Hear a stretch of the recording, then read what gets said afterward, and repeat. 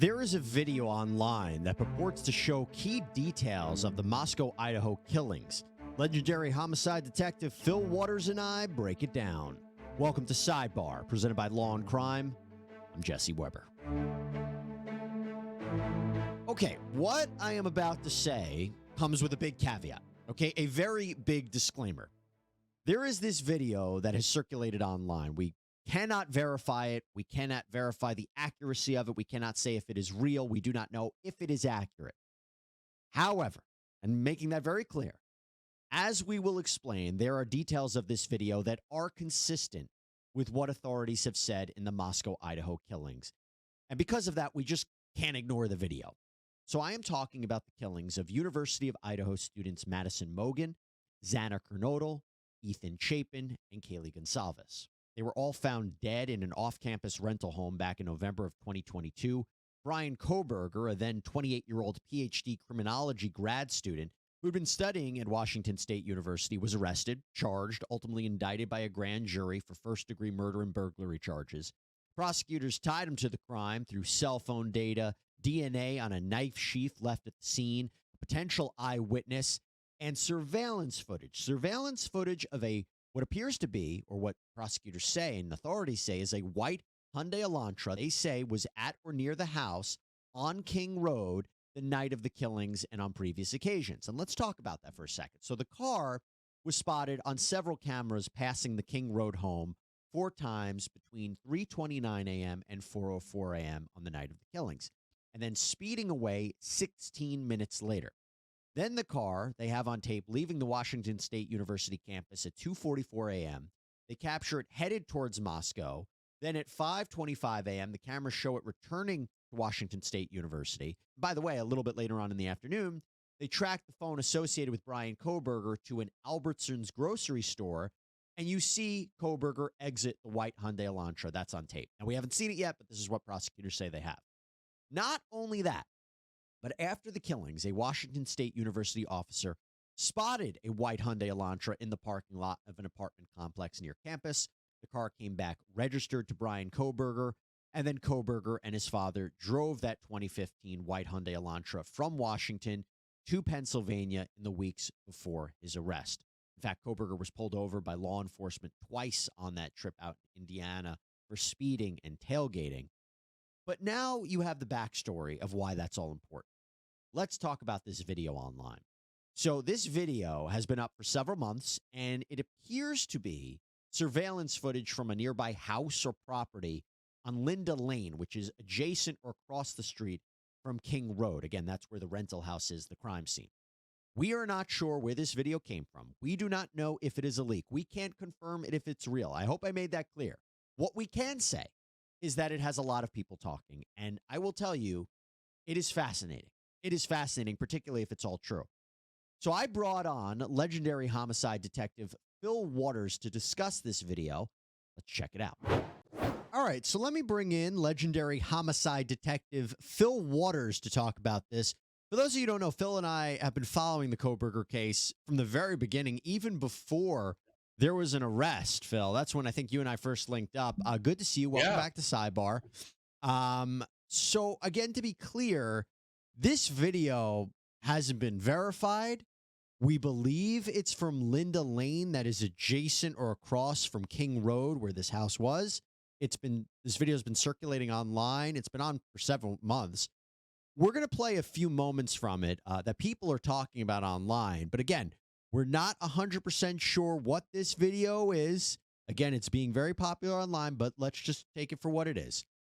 So first up, the first timestamp I want to play is it's going to be 4:05:30 a.m. And now to be clear, as we play this, they believe the killings happened at around this time. Between 4 and 4:25 a.m. is when prosecutors say the killings happened. So let's play 4:05:30 a.m.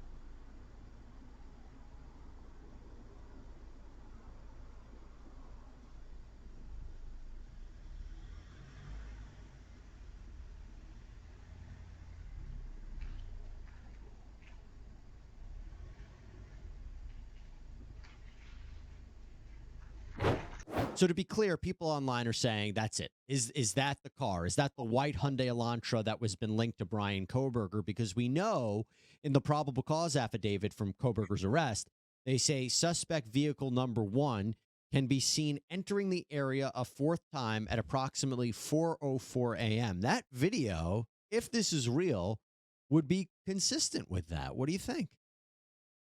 Well, it would be. I guess the questions I have is an unverified video, as you've clearly stated. What I see in that video is a bunch of headlights. I don't see it unless somebody else is seeing something I'm not. I don't see a white Elantra. In fact, I cannot distinguish a shape of the vehicle itself.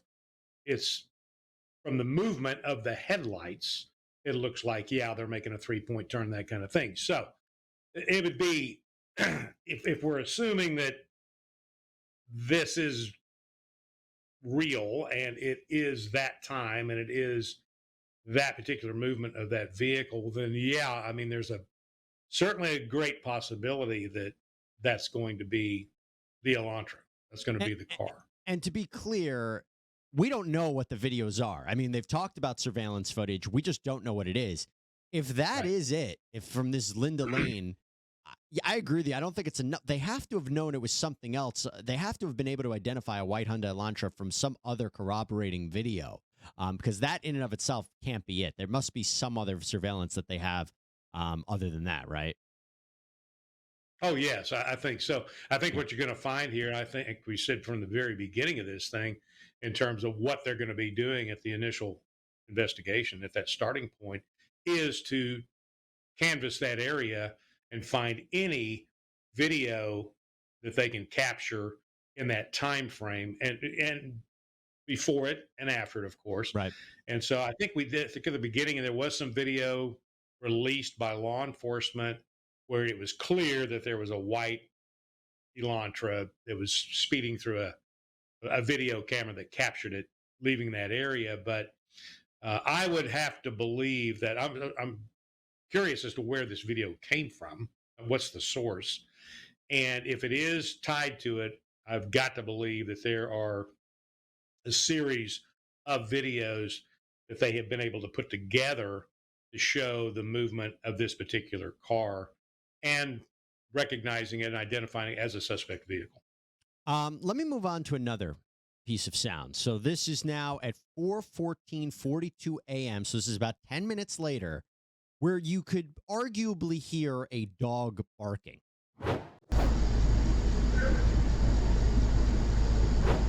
So, Phil, what I heard was arguably the sound of one bark of a dog. And we have to remember why this is significant is because we believe that Kaylee Gonsalves, one of the victims here, had a dog named Murphy. Now, this dog, again, the reporting indicates that the dog was unharmed in the room where Kaylee and Madison, they were found. Investigators found possible animal hair or an animal hair strand from Kohberger's home that hasn't been 100% confirmed, but that has been identified in earlier reports and earlier part of the investigation. I'd be curious if they've been able to confirm whether or not that was Murphy's hair. If it was, that's going to be a significant piece of evidence, the fact that he has her dog's hair in his place. But 10 minutes after the car pulls up, we hear what is arguably the sound of a dog. Your thoughts? Well, you know, there are affirmative in these investigations, and so I would have to say that the dog barking is consistent with information that we know. So, as you stated about Murphy, and we know that Murphy was there, we know that Murphy was unharmed.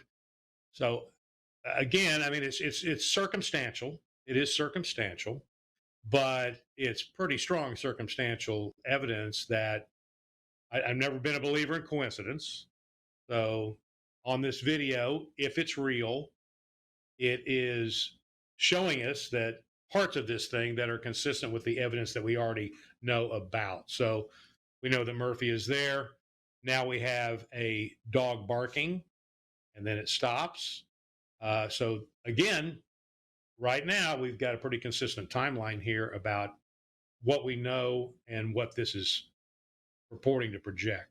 All right, we're going to get back to Bryan Kohberger in just a second, but I do want to take a moment to thank our partner, Pond Lehocky Giordano, for sponsoring this video. You see, when it comes to the law, when it comes to personal injury lawsuits, more specifically, whether you're hurt at work or in an accident, whatever it may be, Pond Lehocky Giordano is a law firm that is a proven heavyweight in the industry. They're not just legal experts. They actually win all these different kinds of injury cases. They have a track record of recovering over $1 billion for their clients. I mean, they have over 250 years of combined experience, and they've won over 100,000 cases. So you can check out Pond Lehocky Giordano at pondlehocky.com/LC Sidebar. Pick up the phone, call them at 833-669-4043. You can do that as well. All right, let's get back to Bryan Kohberger. So I said that dog barking, that sound of a dog barking, was at 4:14:42 a.m. on the timestamp of this video.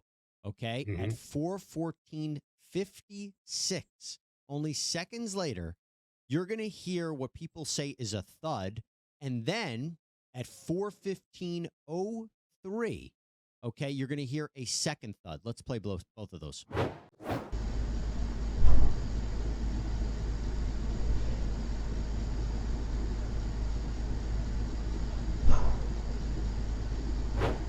So you have that 7-second difference between those two thuds. No idea what that is. Remember, there's no indication that there were gunshots. There was that a weapon was a firearm was used. Sounds almost like it was a firearm. No idea what that could be. What do you think? Well, again, we can't identify what we can't identify. So, but if we understand the activity that is possibly taking place in this video, again, if it's credible, then that would be somewhat consistent with somebody striking someone or something. And again, we've got a timeline here that seems to be projecting events that are consistent with what we know in the evidence thus far. And I have to ask you, let's just assume for a moment that this is Bryan Kohberger. Let's assume that he is attacking one or two individuals at that point, those two thuds. The fact that the car arrives at 4:04 and you're hearing this about 10 minutes later, that feels very quick to me. No, I mean, you would think that they were planning to commit a murder. Maybe they would take a little bit of time. Maybe they would, I don't know, 10 minutes to go in and do this. That tells me something. I'm wondering what that tells you. Well, look, again, knowing what we know and all of the evidence thus far leads us to this defendant. And these things do happen quickly. It's obvious to me, just looking at the evidence that we have, that he went in there with a purpose. This was a planned event. He knew where he was going. He knew who he was going to. And so you've got to have this quick strike. And I had no doubt that his plan was to get in, get it done, get out. And then he had some things. I think that Ethan, when he walked out into the hall, at least from what I've read, I think that's where things went off the rails in terms of what happened to him and the girlfriend. So Xana. So far it it sounds like it's now. What I would hate to think is that if law enforcement, I mean, that's where we're going to find out whether this is credible, right? When this thing comes to a trial, these videos are going to come out. What would be disturbing to me is if this is some sort of AI concoction that somebody has put together to get their jollies in some weird, perverted way. But I would have to say that the video itself right now, what we're hearing and seeing, is consistent with what we know. Mm. I know I keep saying that over and over again, but it's important. I get it. Look, again, we don't know what this video is. We have to be very careful. I just say it's pretty interesting considering the timestamps and what has been, as you said, consistent with what police have alleged. Now, I'm going to give the final 3 points of this, and we're going to play each one after the other, but I'll tell you. So the first one is at 4:17:43 a.m. Again, you are going to hear what sounds like a dog. Let's play that. Okay, so that is about over 2 minutes after the thud. You hear that, what it sounds like a dog. Then at 4:21:01 a.m., you can hear what sounds like a car door shutting. Okay, so you hear the car door shutting, or what sounds like a car door, and then this car driving off.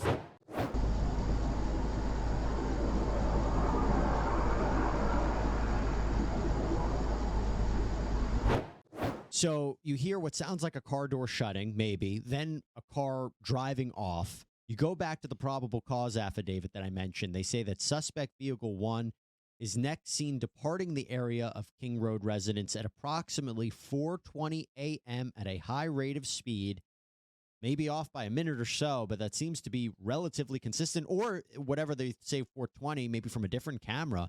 But again, that frame is pretty consistent, as we've been talking about, Phil, with their timeline as well. Your thoughts on the dog, the last dog bark, the door closing, and then only seconds later, the car possibly driving away. Well, again, it's consistent with what we know in terms of the information given in the affidavit and the evidence we're aware of. The whole episode, if we just use the timestamps on this video, is what, like 15 minutes, right? I don't think it's much.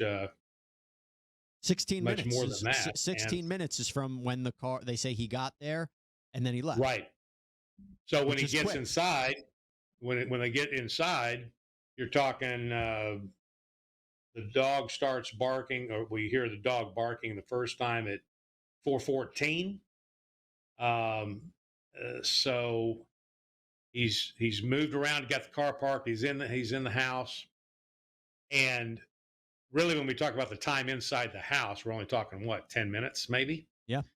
And that's and he's out by the time at 4:25, by that 10-minute time period, he's out in the car and gone again. So what happens inside the house is really a tight time frame. So Yeah. you don't have all this time going on inside the house. You've got the total picture, and you can explain where people are in that time frame. And so it actually is a quick hit if you look at the time that it's actually occurring. Yeah. So it's a very small window. But then you have the dog barking as he's exiting, and then you have the car door closing and the car taking off. So, gosh, if it's real, it's pretty powerful stuff. It's very, very powerful circumstantial evidence in the whole big picture of this incident. Chilling, to say the best, if this is real. It is. Again, short time frame for 4 murders, allegedly running into the surviving roommate, DM, and leaving. But it also lets you know that, again, speculating a bit, but if it was this quick, it wouldn't be surprising that he left something behind. And we've always talked about that knife sheath that police say his DNA is on. If this was that quick of a crime, killing 4 people on different floors of that house, running into one of the surviving roommates and taking off, I can't be surprised that the killer left something back behind. But again, this is purely speculative. We don't know this. This video hasn't been verified, but it is just chilling, to say the least. Phil, I'll give you the final word.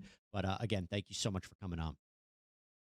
Well, I would just have to say that, again, if it is credible, if this is a good piece of evidence, then this is just a snapshot of the massive amount of evidence that's been gathered in this case. Yep. And it is just one piece of the larger puzzle. But this particular piece is, again, if it's real, is quite damaging, at least in my opinion, in the overall scope of the investigation. Fil Waters, thanks so much, my friend. Appreciate it. I appreciate you having me on, Jesse. It's been a while. Good seeing you. It has. So we'll make sure to have you back soon. Thanks so much.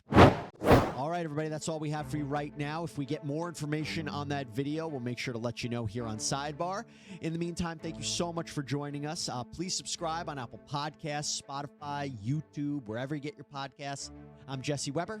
Speak to you next time.